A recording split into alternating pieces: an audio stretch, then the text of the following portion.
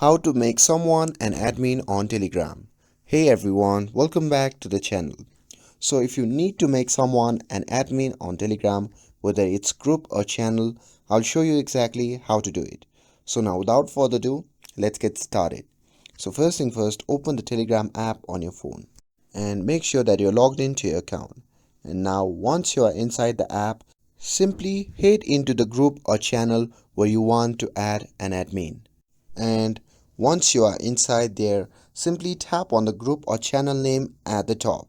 And here you can see the option labeled as subscribers. So simply tap on that. And here you will see the list of members.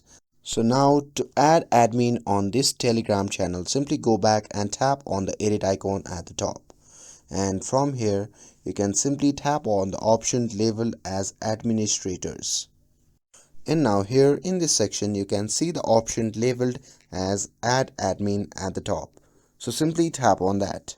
And now in this page select the member that you want to add as an admin.